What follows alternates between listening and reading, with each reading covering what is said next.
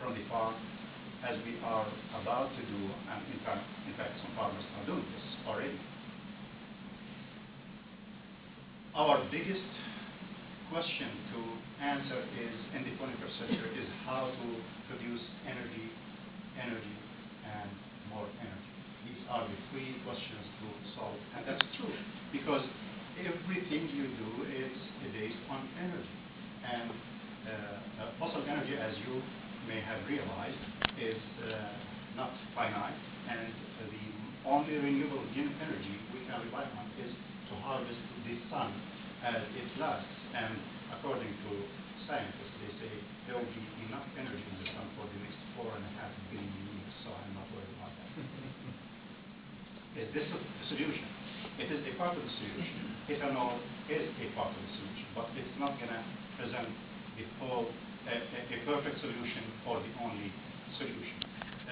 Many people outside the United States are against using agricultural products for energy production. They say food for people, not for cars.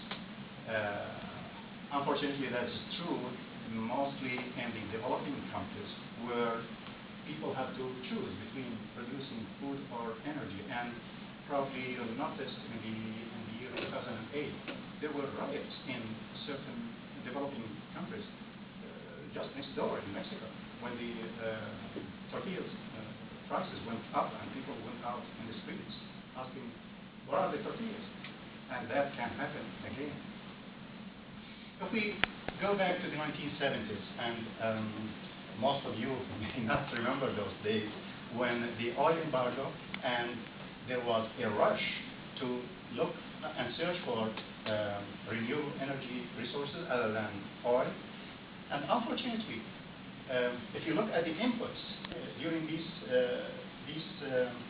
years, they are the same inputs we use as farmers these years, but let me assure you that the bars are much higher, and the trillions of BTUs are probably compounded by 3 or 4 times. So the inputs are the same. We never changed our habits, and unfortunately, habits are very hard to change. If, and only if, the research which was done during the early 1970s was documented and followed up, we could have been in a much better situation nowadays. But unfortunately, right after the oil embargo went away, people went back to normal, and we kept expending huge amounts of energy. To find a solution, to me, is probably like going through this maze of haystacks, but it is possible. The USDA and the Department of Energy estimate that there are at least 1 billion tons of biomass available on American farms to use, to collect and use for energy. But these are scattered all over the place, and there are many interacting issues. I don't want you to go through this, but this is basically a simple illustration of how to produce biomass for bioenergy in an integrated way. It is possible, I would say, but it takes long research and dedicated people.